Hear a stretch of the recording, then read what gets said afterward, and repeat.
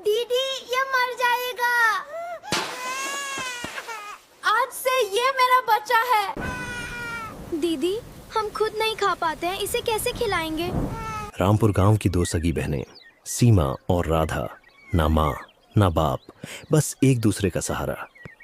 उनका घर घर कम, टूटी हुई झोपड़ी ज्यादा थी, दीवारों में दरारें थीं, छत से पानी टपकता था और अंदर बस दो चटाइयां और एक पुराना चूल्हा था। लेकिन उनके दिल में उम्मीद थी। सीमा अक्सर कहती, राधा हम गरीब हैं लेकिन टूटे नहीं हैं। जब तक तू है ना दीदी, बहुत अमीर हूँ मैं। एक रात तेज सर्दी में दोनों बिना कंबल के एक दूसरे से चिपक कर बैठी थीं। राधा कांपते हुए बोली, दीदी बहुत ठंड लग रही है। चुप, मैं हूँ ना, रो मत। एक शाम तेज बारिश और बिजली की कड़क के बीच वो दोनों मजदूरी करके वापस ही आ रहे थे कि उन्हें एक नवजात बच्चे के रोने की आवाज सुनाई दी।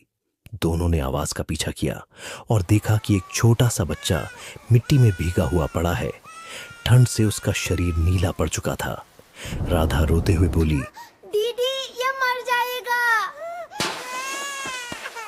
आज से ये मेरा बच्चा है। उस रात घर में दूध तक नहीं था। बच्चा रोता रहा। दीदी हम खुद नहीं खा पाते हैं, इसे कैसे खिलाएंगे? मेरे पास कुछ नहीं है, बस यही है, इसे शांत करो। सीमा बारिश में भीगती हुई पूरे गांव में दरवाजे खटखटाती रही। मुझे थोड़ा सा दूध दे दो, मेरा बच्चा भूखा है। चल भाग यहाँ से। फिर में वो सड़क किनारे बैठ गई और रोने लगी। ये सब देखकर एक बूढ़ी दादी ने थोड़ा दूध दिया, जिसे सीमा ने ऐसे पकड़ा जैसे पूरी दुनिया मिल गई हो। मुझे जाना उन्होंने होगा। उसका नाम राजू रखा। दीदी ये हमारी गरीबी खत्म कर देगा ना? हाँ बिल्कुल करेगा। अब भूख 3 लोगों की थी, लेकिन कमाई वहीं थोड़ी सी। सीमा दिन रात मेहनत करती और राधा उसे संभालती। कई बार खुद भूखी रहकर उसे खिलाती। एक दिन राजू बीमार पड़ गया। तेज बुखार में जल रहा था। डॉक्टर ने कहा, दवा लानी पड़ेगी, नहीं तो बच्चा नहीं बचेगा।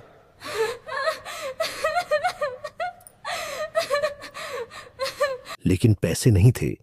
तब सीमा ने अपनी मां की आखिरी निशानी चूड़ियां उतार दी। राधा रोते हुए बोली, दीदी ये मत बेचो, अगर आज ये चूड़ी बचा ली तो हमारा बच्चा नहीं बचेगा।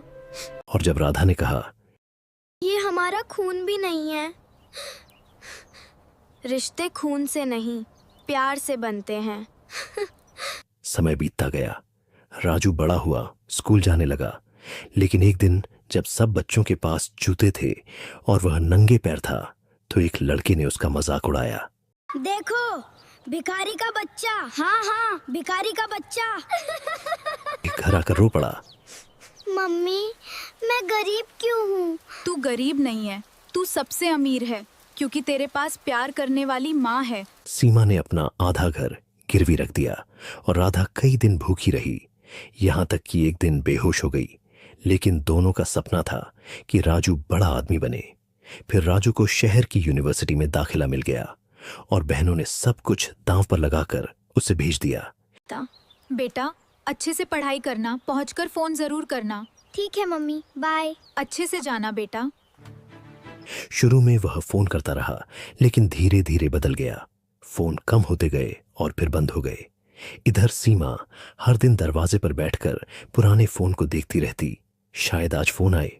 और जब राधा ने कहा वो अब बड़ा आदमी बन गया है, तो सीमा मुस्कुराई, लेकिन आंसू गिर पड़े।